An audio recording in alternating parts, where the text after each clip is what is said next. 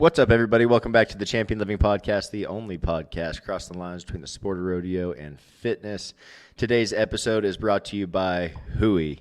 You can check out HOOEY at getyourhooey.com. Use our discount code Championliving, all one word, not case sensitive. Going to save you 10% on all your HOOEY gear.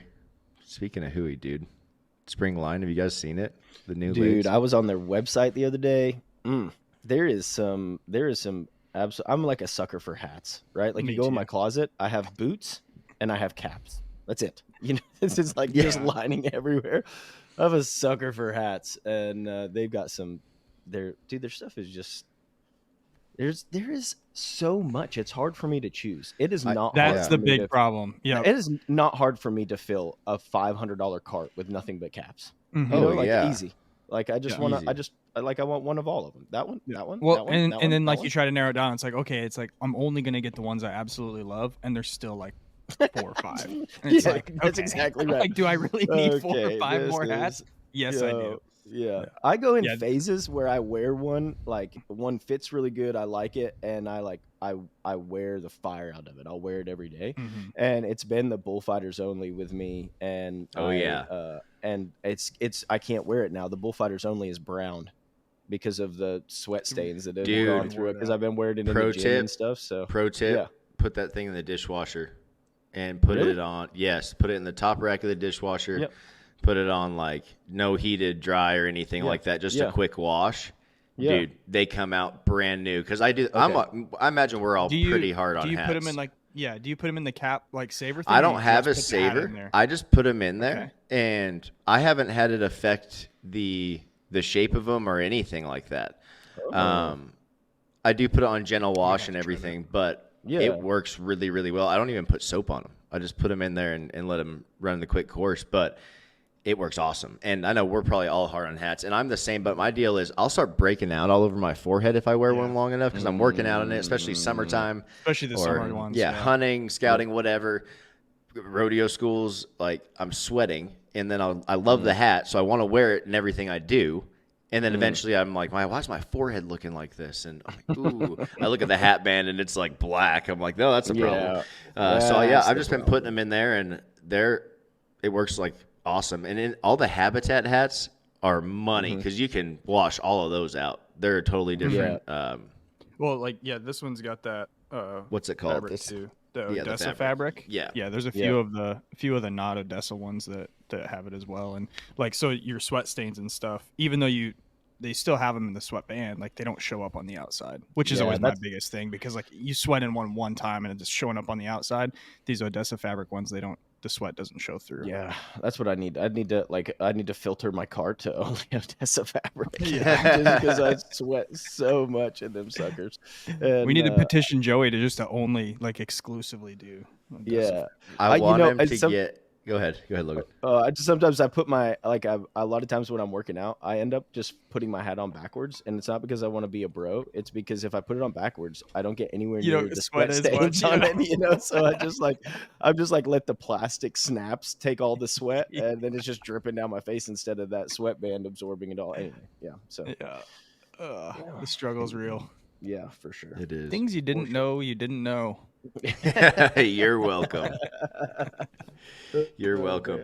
I was watching San Antonio last night, studying, watching that, programming. The funny thing is, when I study, I have my programming notebook next to me, because I guaranteed start getting ideas about my programming Yes. while I'm studying. Yes. And so I'm writing these things down because I don't want to forget them. But we're watching last night, and then Bigelow got on. What's that paint horse? Is it Freckled Frog?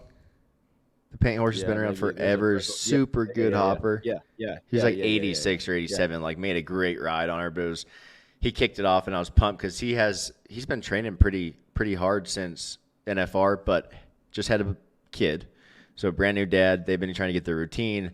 He's been doing pretty damn good at training and staying on top of that, because I know from just watching Richie go through this, it's hard to stay on top of it. And Richie stayed on top of it, but again he's like, it's tough, man. So watching him crack first one out there, first rodeo's back, and boom, doing it. And then I got a shout out to Jordan Joe Hollabaugh. I've been training her for 3 years. First season, breakaway hits professional rodeo. She cleans house. She pretty much sets the bar for what is going to be happening in the sport. After that, it got much more competitive, right? We saw COVID happened, and then the sport as a whole, breakaway roping, just blew up across the United States. So competition went way up, and you had to, what just happened? Don't do the double thumbs up. Is that- Double thumbs up. Oh, I don't mine's know not doing what's it. going on here. That was Okay. wild. For those on audio only, if you're watching on Wow. YouTube, you just saw what happened. But Yeah. those on audio only. Audio only. We just had Apparently, there's a fireworks. weird feature. Yeah, Doug had fireworks behind him. That was I don't even strange. know what I was saying. Anyways, Maybe she's it said blew up. been grinding for 2 years, and kind of had to figure out how to win again. And we'll have her on again soon to talk about all of that. But she went out there, was 1-7, wins bracket 5. I mean, I'm pumped, dude. And it's been building. Yeah. It's been building. Like a couple weeks ago, she won the big roping up at the Lazy E, won like $15,000. She's qualified for the American. Like, it's going to be a big year, and I'm so fired up for her. So big shout, Jordan Joe. Proud of you, dude. And just talk about someone who's trusts the process, extremely coachable, and just keeps working. Yeah. Doesn't go well, keep working. You gotta love that when people that actually put in the work, like good things happen. Because so many times we think like if I do this, then this will happen, and it doesn't always work that way in the short game, right? Because that's what we focus on is the short game. It's a long game, and you know, you're talking about Jordan, but like Cooper James is one for me, right? He's an 18-year-old, just bought his permit last July, rodeoed on it, bought his rookie card. I was like, that's a bold move. Here we are, October, he buys his rookie card and rides Bronx and Bulls. And he's been training with me since he was 17, puts in the work and like doesn't complain. Trusts me. We have great conversation. Like he goes and puts in the work, and dude, he's lighting it up. Like he was the only one to ride one in the third round of his set at San Antonio. Won like $7,000. He won his set out of San Antonio, and he's hanging out down there right now, waiting on the semifinals, kicking it with Lefty and stuff. And so, that's cool. But man, the guy's getting it in. He'll go find a gym. You know what I'm saying? That's what I love about him. Is so many guys just chalk it up to like, well, you know, I'm on the road. It's like, they have gyms in San Antonio. You do realize that. And he understands how important it is this time of year for if you've got 4 days off, we need to still be making progress. You know what I'm saying? Like, and the easiest way for us to do that, sure, we can do that in the parking lot. But if there's a gym nearby, like we can go and we can still move some weight. We might not be moving heavy weight where you're going to be sore for days, but we can still make some progress towards our goals anyway. And so, yeah, Jordan and Cooper, and we've had quite a few clients that have done really good at San Antonio, which has been it's fun to watch the hard work paying off. It is. It's cool. Really cool. Today we're going to talk about building a stronger core, which I'm excited about because I think the core gets addressed incorrectly a lot of the time. We just think about the sole six-pack for the most part about the core. And truth be known, that's probably why we run into a lot of injuries as people training and creating our own programs, because we are not addressing the entire core. You know, when we think about the core, I think about the core is the entire surrounding body of the middle of something, right? So front, sides, and back it has to be an all circumferencing thing. So we've got to get out of that mindset of thinking just it's rectus abdominis, correct, Logan? In the front, is going to be our only core. Like that's not, that ain't it. You know, and that's why, especially as rodeo athletes, we see a lot of these injuries in the core region. So we're talking about hip flexors, psoas, adductors, abductors. I would include all that in the groin or the core area. Yeah. It's a trunk. You know what I'm saying? Like that's what I've started addressing it as a little bit is it's like because it's the entire trunk, right? I mean, it's from right below your pecs, like all the way down to almost to your knees, you know, like so much of that is nipple to mid thigh is kind of how I've been. Yes. Exactly. That's exactly it. I mean, that's all of it, front and back. Right. And so many times I mean, I'm guilty of it, you know, before I knew better, that thought that, man, having a six pack correlated with having a strong core, and it actually has absolutely nothing to do with performance in the arena. What you look like naked doesn't come into game. In fact, this is a quick example of, I saw a picture of Patrick Mahomes, right, that was surfacing around right after the Super Bowl, and he was in the locker room with his shirt off. And if you saw that picture, that guy is a pinnacle of athletic performance. If you've watched the things that he does on the field as an athlete, it's absolutely insane. You look at that picture, that's athletic performance right there for what he does. Like, but he's not ripped in any way, shape, or form. You know what I'm saying? He's not cut. He's not jacked. He's not ripped. He's an athlete. And does he train his trunk? Does he train his core? Hell yeah. Absolutely. He trains it appropriately for his sport. So anyway, I think that's definitely something worth addressing. Yeah, and he doesn't just do team workouts either. Like, he has his own personal trainer. Like, that he flew out, he moved him to Kansas City. Like, if you've watched that documentary Netflix or on Netflix, cool. Quarterback, yeah, like he's intense, but like he's not overly focused on. He's focused on the things that matter. What matters? The Super sport. Bowl rings. Yeah. He doesn't care if he's got a 6-pack. He wants Super Bowl rings. He's not a bodybuilder. Yeah. That's exactly right. And that's just the mindset that has to change around rodeo, and I think it is heading that way, just like everything else. But education is going to be the number one way to help that. If spreading information that says why we should be focusing on certain movements to build your core, why your core is not just your 6-pack muscles. But anyone with back problems has been told you need a strong core to help combat that, right? So when I had my back surgery, every doctor, any PT I saw said, you just need to work on your core. And I would do their core exercises, and they wouldn't really work for the most part. They worked for a second because I hadn't done them. Once you get used to that stimulus, it's like body gets used to it, and that's it. You're just kind of going back to square one. So I started addressing everything myself and doing all my research and slowly figuring out, the core is far more than just this sagittal plane of movement, right? Like sit-ups and flutter kicks and whatever. Like, it's so much more than that. And when I really found that out was deadlifting. Everyone said, you'll never be able to deadlift again. You'll never be able to squat heavy again. I was like, why? Well, because your back's not going to be able to support it. Well, your back isn't supporting any of that. When I found that out, your core strength, your posterior chain strength is what is supporting everything, that trunk strength, right? So when I figured out how to actually brace my core correctly and then start – I got a thumbs down for myself. I don't know how I did that. Started to brace my core correctly. Man, deadlifting and squatting got so much easier. And my core got so much stronger as I progressed at those movements. So the first thing I'm going to say for anybody out there talking about how to build your core, how do we increase our core strength, compound movements are going to be a great way to do that. And it's something so non-traditionally talked about when we start talking about core strength. But movements like deadlifting, movements like squatting, anything that incorporates like a full body integration is going to help that core. Bench press, overhead press, squat, deadlift, like any of these compound, those four basic movements, right? Those are pretty much the 4 basic movements of exercise. You do those things correctly, embrace your core correctly and your trunk correctly while you're doing them, you're going to increase that core strength immensely.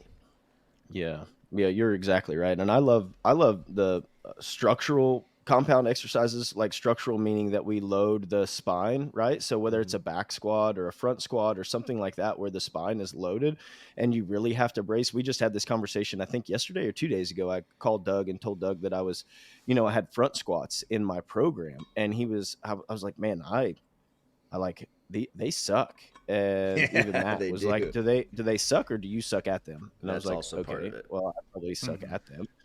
But like just the proper way to brace, right? And pushing that belly out and getting a deep breath and really providing structure and rigidness to your torso as you're going through the movement is so important. But I get done with heavy it's relative, right? So heavy for me, front squats. And do I feel them in my legs, my butt? Yes, absolutely. Do I also feel them in my core? 100%, right? And so we are also working our core and learning how to brace, which when you're doing compound movements, which translates to sport directly. It doesn't matter what event you're doing in rodeo, being And able life. to brace. Yeah, being able to brace and life. Being Yeah, able to dude. brace is so important. It, I think, would eliminate majority of the injuries you see in older populations that include the lower back, the hips, even falling, because your core is your center of balance. If you can brace your core, you are going to be less likely to just all extremity fall the fuck over, right? So you've got to be, no matter what age you are, this goes so much further than just athletic specifics, right? This is for life. You've got to have a strong trunk, and you have to have a strong core to live a functional life. What about actual core movements? Movements focused on the core region as a whole. How do you start incorporating those into a routine? Yeah, I mean, I think that this is, everybody goes for the flashy stuff. So I like, just looking back at my own journey, you know, when I was in college, that was probably like the peak of the time I would spend in the gym, just because I had it available to me. And a lot of days it was making up workouts on the fly. Like, what do I feel like working today? Every workout I would finish with like what I called a core finisher or whatever. You know, knowing what I know now, it was all anterior core exercises. So it's all working on the front side, trying to look good. But you know, in reality, even core focus movements should encompass the entire trunk. So you know, your erectors, your spinal erectors, your obliques, hip flexors, like all of these things are more focused. But beyond, so when you break down the compound movements, so like you're working pretty much the entire core at one time, through in some form or fashion throughout the movements. Your core is engaged, or it's moving through a different range. But like if you wanted to focus on something, again, just like other accessory exercises, these should follow your compound movements, but you want to address it from all areas. You don't want to just work on the front side when you're focusing on your core. Like there's what would be, so like posterior, we could do like Superman holds on the ground, or GHD holds, back raises. Like those are probably more of the popular ones that people have probably used before. But like oblique crunches, dead hangs, like that's one that I feel like is left out a lot. Like a lot of people don't do dead hangs, but I mean, for shoulder health and core strength, dead hangs are amazing. But like these things want to complement the main focus of your exercise as well. And so you can, again, leave them more towards the end of your workout. But you want to work on all sides of this. You don't want to be super, when people say I have back pain and my low back is weak, generally their low back is really strong. At least that's been my experience. They have a really strong low back, and that's why it hurts all the time, because they have an imbalance. They haven't focused on the entire structure of the core. They're focusing on one side, and so like that's what we want to do. We want to avoid is overworking one area and getting really good results in one area and neglecting the rest of it. Popular ones, I got a list here: planks, banded or cable wood chops, pal off press. Those are ones that I use pretty much in everybody's program. Swiss ball crunches, reverse crunches. I mean, the list can go on and on and on, but they're more targeting specific areas of the core. Well, it's all planes of movement is what you're addressing there. That's what we have to get. They're not just, you know, he talked about that anterior core, and he was just working on the front side of his core. You know, we have external obliques, internal obliques. We have the posterior chain. You have a full 360 circle of core muscles surrounding your core. And so you have to address them. So planks, like he said, again, is in that prone position. We're working on I'd say it is more anterior core there, but you get into the wood chops and pal-off presses and pal-off rotations. Okay, working on some rotation, working on some anti-rotation. Those obliques are having to fire. You've got to make sure you're doing each counteraction. So prone, face down. So what's the opposite of that? Face up. You have to be doing that. So that matches those opposites. So we're doing anti-rotation, fighting that rotation with the pal-off press. Now we need to rotate and get strong on that rotational. You have to do everything. And that's the tricky part about fitness, right? Is there are so many little pieces to this when it gets into these little bitty muscles and strengthening certain muscle groups. You have to know anatomy, you have to know training philosophies, you have to know a lot of things. So for the average person, this is tough. That's why coaches are extremely valuable resource in all this. No thinking, just doing. But no, that was great, Paul. I think addressing the whole thing is important. You have to address all planes of movement. I talked a minute there about deadlift and squat and how much it helped me figure out how to engage my core and how to increase my core strength as a whole, which I didn't even know I was doing. Thought I was just getting the bigger legs. All of a sudden, I'm like, oh, damn, my whole body's a lot stronger. Logan, you've been doing a lot of work with this posterior chain movements and core health. Why don't you chat a little bit about the role of the posterior chain in core stability and how we can prevent lower back issues by actually deadlifting? How many times do you hear that from potential clients? I've been that person. I can't deadlift. Well, I can't deadlift because actually you need to do that, dude. That's what's going to fix your back. It's actually going to. Yeah, that's exactly right. And I think that most people, like you said, with back issues, think that they shouldn't deadlift when actually it couldn't be further from the truth. They need to, obviously, being coached through that with proper form and technique. The working on their posterior chain, like Paul alluded to earlier, is extremely important because that back side of the core, if you will, the posterior side of our core, is just as important as what goes on in the front, if not more, right? If we're talking about, just say, for example, part of that is our glutes, right? And I call that's the engine. That's what's going to make you go. Whether you're an athlete or a mom chasing kids, that posterior chain is so important in avoiding. And like Paul said, a lot of times that posterior chain, we have low back problems, and it's not necessarily because their back is weak, as opposed to the fact that it is actually really strong and there's so much muscle imbalance there. So I find for a lot of people, if somebody comes to me and they say, I suffer with low back pain, I find that if I spend my time focusing on a little bit of anterior core, but primarily hamstrings and hips, and we work on those things, some hip flexors, then their low back pain starts to go away. So it improves their posture throughout the day, the way that they sit. It's extremely important for just helping with low back pain for athletes. If you don't suffer from low back pain, like having a big posterior chain as an athlete is going to give you that engine you need to be able to set your feet or to be able to sprint or whatever it might need. And so, but so much of it has to do with your hamstrings, your hips, all that kind of stuff. If your hamstrings are really tight, right, then what are they doing? They're pulling on joints ways. And then our back is having to compensate. And so working on lengthening the things that need lengthened, working on shortening the things that need shortened, kind of evens everything out. But a couple of my, favorite variations for working on some posterior chain stuff is like the bird dogs. Paul put up a video that went crazy there for a while of these glute mobilizations, where you're in that bird dog position and you've got one arm out to the side and you swing that other leg out. If you guys haven't seen it, if you're listening to this, I would go scroll back a ways on Paul's profile and you'll see these glute mobilizations.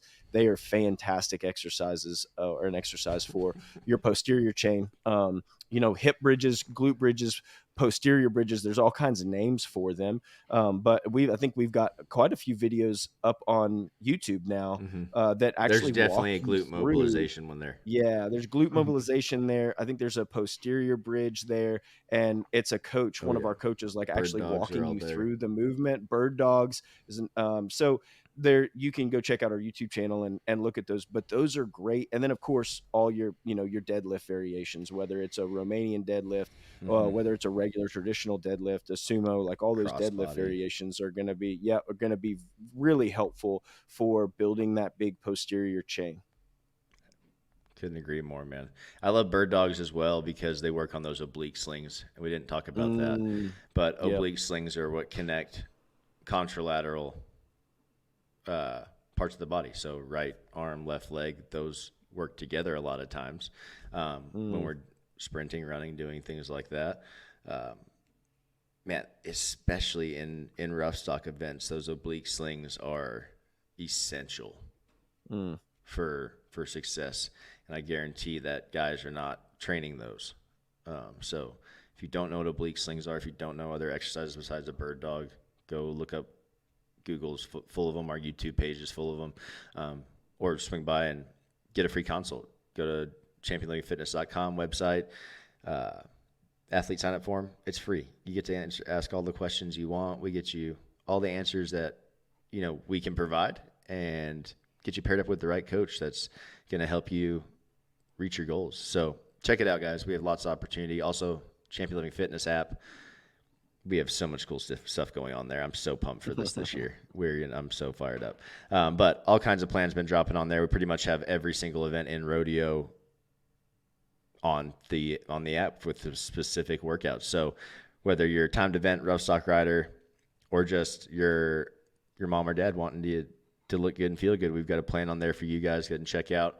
It's just exercises, demo videos, and the whole program. But yeah. It's really, really a cool deal. Last thing I want to talk about in this core strength thing, and this is let's talk about that six pack a little bit. So having a six pack is kind of a cool thing, but again, is not the goal in athletics. But for someone that is wanting to achieve a six pack, you can do as much core work as you want, and it will help. But until you dial in your nutrition, it ain't gonna work. And that's just the bottom line. And I'd even say, man, genetics plays a huge role in this as well. You have to be able, genetically, some people just can't. It's just not there, but you can still achieve an aesthetically pleasing core by doing all the things we just listed. But last part is really dialing in this nutrition. And this is a big thing too. All these rodeo athletes that are wanting to have this look of a six pack you can't fuel yourself for sport and fuel yourself in the same way to achieve an aesthetic look. It's just not going to work. They don't line up. So do you want to be a good bull rider you mentioned the rodeo variance athlete, there. or do you want to have a six pack? Yeah, you mentioned the genetic variance, but it's going to take, you got to get to about 10% or less body fat in order to see to have the ideal six pack that you have in your mind. It's going to be sub 10%. And for women, for women and as a whole, that's borderline for women, that's healthy. That's not healthy. Yeah. Yeah. And it's not healthy for most men either. So, and as far as performance goes, it's not really helping you in any way, shape, or form being that low. Well, I think that we just get misled a lot of times because we look at professional, in my mind goes to professional football players, right? And we look at those guys, these running backs and a lot of these guys that are, they are kind of shredded. And what we have to understand is that when you get to a sport like the NFL, by the time you make it to the NFL, the only people that make it to the NFL are genetic freaks. Mm-hmm. They are all the 1%, and they've been training for 10 plus years. And at this point in time, now they have nutritionists. Through college, they've had nutritionists that have planned stuff for them. They've had all that kind of stuff. So that is not the actual picture of what athleticism is going to look like for a bull rider. Even though we're like, well, that's what I need. Those guys are genetic freaks. And we see so many times in the gym. I guarantee you, when you go to the gym today, you will see somebody trying to spot reduce fat. They will have a crazy core routine. Yeah, they'll have a crazy core routine, and they're just trying to trim their waist, and it does not work that way, right? It's not like body fat is like a glass of water. So you can pour some out. There's just less water in the jar as a whole, right? So it is going to come off of your face, a lot of times the midsection is the last place to go. It is the last place to go from the body. So making sure that understand this nutrition and slowly working on your body composition, that's going to be what is going to get you the aesthetic results that you want. But remember, that aesthetics are on one end of the spectrum and performance in sport Mm-hmm. is on the other end, right? Yeah. You're not going to have both. The closer you get to aesthetics, the farther away you get from performance, and vice versa. Yeah. And when we're talking about eating for aesthetics, if that is something you're going to do, we're not talking about cutting. We're talking about eating correctly, balanced macronutrients, getting enough protein. Even, and this is, man, I don't even think this is talked about. In general, if you want to gain weight, we need a 500 calorie surplus. If we want to lose weight, 500 calorie deficit. But during those times, especially when you're trying to lose weight, your protein needs to be even higher of a percentage of your daily intake. Mm-hmm. You know, people think about, I'm going to go lose weight, and they just cut all foods out and they eat once a day. It's like, no. We need to eat every, 3 times a day at least. But now that you're trying to lose weight, your carbs and fats will be lower, but your protein is like 1.7 to 2.3 grams of protein per kilo. Yeah, that's exactly right. So, dude, it has to be said that you have to continue to eat, y'all, even no matter what your goals are. If you're trying to fuel yourself, if you're not eating, you're selling yourself so short, it's not even funny. And if you have listened to all of our episodes and you're still doing that, get the fuck out of here. you should know better by now. You should get out of here. No, but it's so important to dial in the nutrition no matter what your goals are. But especially if you're someone that has goals of revealing a six pack, you got to be dialed in and addressing the entire core in all planes of movement. And I love that you talked about avoiding spot reduction myths because, dude, that is something we hear all the time. So why are you doing that? And I laughed earlier. I had to chuckle to myself because I had this internal picture of you walking up to one of those people in the gym and being like, asking them and just totally breaking their whole fucking belief system. And like you just see it, you'd be like, yeah, so, all right, I'm out of here now. Now you know. You're welcome. You're welcome. Here's a card. Yeah. Here's a God, it's so funny. So good. That is funny. That is funny. You got to be consistent no matter what you do. Yeah, you got to be consistent. You got to get we- after it. And we preach that all the time. But consistency is going to win. Whether it's training your core or wanting to be a fit mom or dad or rodeo athlete or it all comes down to the consistency, day in and day out, just putting the work in. And I mean, you're gonna see the results. I would dare say you can do nothing else besides your training, obviously, but listening to this podcast. If you go back, we're 170 episodes deep. You go back and listen to this podcast, you're going to have all the tools that you need. You're going to judge us on how bad it was at the beginning, but you're going to have all the tools that you need. You're going to have all the tools that you need for success in any goal. And you're going to hear that word consistency on at least 100 of these 170 episodes. I would say probably if not every. more. Every episode closer to it 170. gets brought up on. Yeah. I would almost be willing to put money on at least one point in time we talk about that word in every single episode. That's the theme of what we do, man. It doesn't matter if it's rodeo, life, business, relationships, consistency, showing up every day for yourself is the only way that you're going to win. You won't win without it. You won't. Yep. And if you are, you won't continue to win. Promise. We see it all the time. People get comfortable, get complacent. Oh, I got this figured out. You ain't got it figured out. Promise. You got to keep growing. You got to keep learning, showing up, being consistent about it. But, wrapping this thing up, guys, a strong core is the foundation of your entire body. You've got to address the whole core. Stay consistent. Focus on that balance training. Fuel your body properly. And you do that enough times in a row, you'll see freaking badass results. It really is that easy. I posted something the other day. I said the grass is greener where you water it. Mhm. And I saw that the other day and it resonated with me. So it just slapped me in the face. And I was like, wow, that is awesome. Because that's the truth. Look at someone else's grass that's green. Oh, that looks nice over there. It's only because they've been putting the work in. Mhm. It's easy to forget that. So no matter what you see, no matter what you're doing, it takes work, it takes effort. So get after it. Guys, we got to thank our other sponsors really quickly. Beastmaster Rodeo have been with us since the beginning. Everyone that has been using the discount code has been just ranting and raving about how awesome the gear is they're getting from them. So check them out. Beastmasterrodeo.com. Use our discount code. It has changed since last year. It is Championliving 24. Championliving 24, all one word, not case sensitive. And Colorado Craft Beef, man. Love their beef. 21 days, dry aged, U.S. cattle. Got to support our U.S. ranchers. Check them out, coloradocraftbeef.com. Use our discount code Championliving, all one word. Going to save you 10% on all their products. And in the show notes, you can find a link and discount for equipment. GetRx. It's been teamed up with us for the last year. We're just getting everything set for my home gym. Now is the perfect time to be doing that, y'all. It's just coming into spring. I can see it now.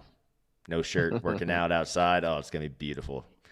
Going to be amazing. But check out the discount code there. Check out the link. We have a Rodeo Essentials package there as well for any of you rodeo athletes that are looking for a minimal package equipment to take on the road with you this summer. Bands, one kettlebell. Takes up hardly any space. You can use it anywhere. And it's super affordable. So check it all out. Guys, until next time, we'll catch you later.